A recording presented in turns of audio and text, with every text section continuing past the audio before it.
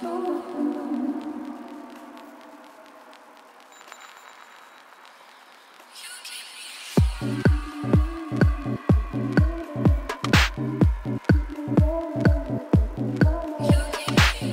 everybody, it's Monica with your Best Female Figure, and today I have some exercises and tips to help you get better results from your butt makeover workout plan. Alright, so if you are like most women that I work with, then you probably have some level of glute dysfunction, also known as lazy butt syndrome or heart-shaped bottom syndrome, and this makes getting your best booty pretty much impossible. Doesn't matter how hard you train, if your glute muscles are not firing properly, then those exercises are pretty much doing nothing.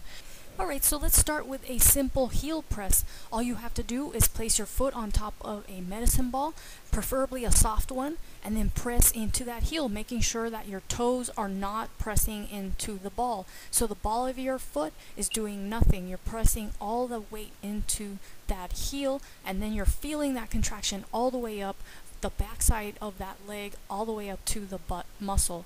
And you want to keep your opposite leg slightly bent, and obviously you want to stand tall and do anything you want with your arms to improve your posture as you're doing this exercise.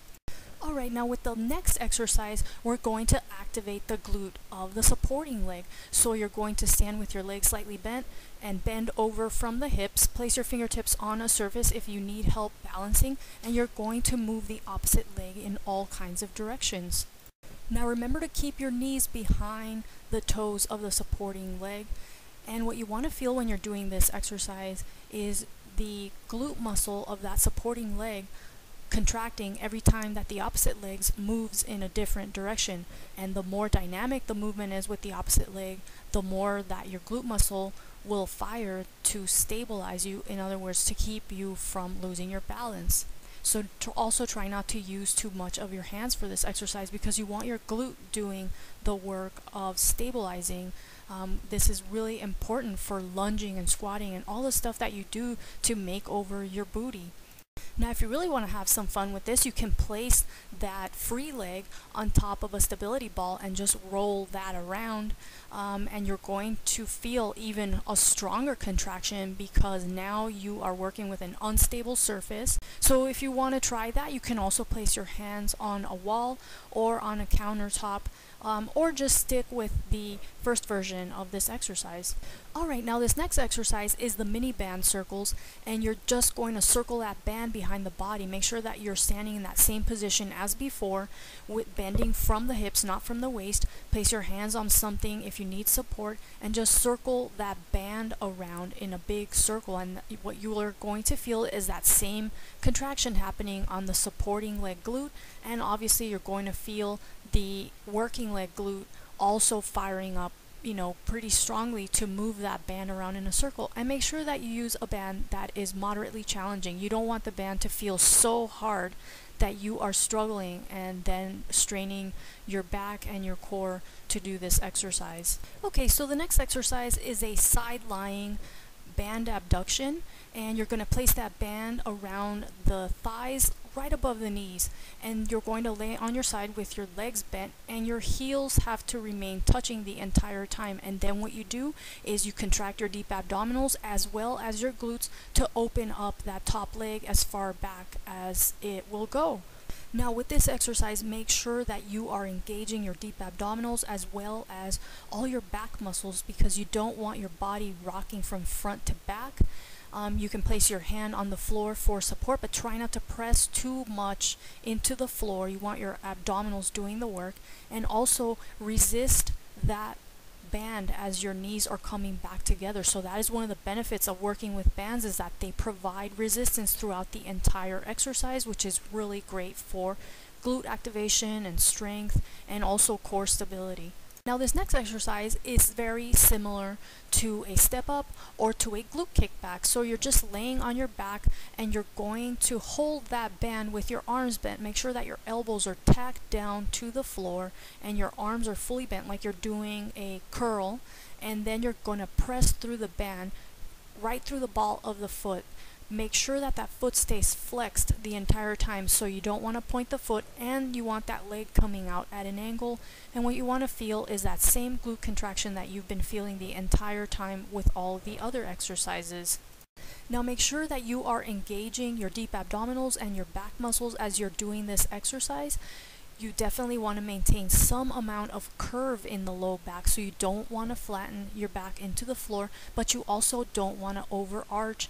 And make sure that you are resisting that band as your knee is coming back in towards your chest, and make sure that your foot stays flexed also the entire time, so you're pressing through the ball of the foot on this exercise and aiming that foot up at an angle. Alright, so now that we've worked on some basic glute activation exercises, we're going to move on to some more challenging ones that involve a little bit more focus. So with this exercise, you're going to place your foot on a soft medicine ball, and then you're going to place the opposite foot on top of that knee. And you're going to raise the entire lower body as high as you can. And you're going to contract the glute at the top and then slowly lower. The point of this exercise is to push through that heel and to raise up as high as you can, and then to slowly resist on the way down. And you can do a variety of things with the free leg. You can keep it on top of the knee of the working leg, or you can put the leg straight up, or you can kick it up if you want. As long as the movement of the free leg does not interfere with your exercise technique, then you can do whatever you want with it.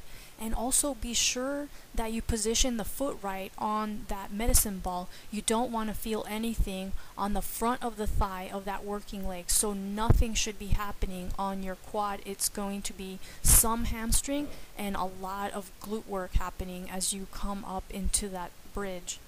Now I did try this exercise with a stability ball, and the amount of glute work compared to the amount of hamstring work was just not right. So your hamstring is going to end up doing a lot more work than your glutes, which is great if you're trying to work your backs of your thighs because they need strengthening or because they're flabby and they need toning. But if you're focusing on your glute muscle, then don't use the stability ball. Use a medicine ball or a small step stool or a low couch or even a chair of some kind for this exercise. Also, I wanted to mention that you can do anything that you like with your arms. You can either rest them by your sides, or you can use them a little bit for support as you're coming into that bridge. I have clients who feel very unstable when they're doing this exercise, and it helps them to have the hands near the back for support. That doesn't mean you have to use them, but just having them there sometimes can be enough of help that you feel more stable while doing this exercise. Alright, so the next exercise is the prone bent leg hip extension. So lay on top of a stability ball with your legs bent, heels together, toes pointing out, and then you're going to contract your glute muscles to raise those heels up towards the ceiling. Make sure that your feet are not pushing back, that they're pushing straight up. One trick that I use with my clients is I stand directly behind them and I act like their wall. But if you need help with this because you're pushing back and not feeling anything on your glutes, then get close to a wall and you'll know when you're doing it incorrectly because your feet are going to hit that wall instead of going straight up.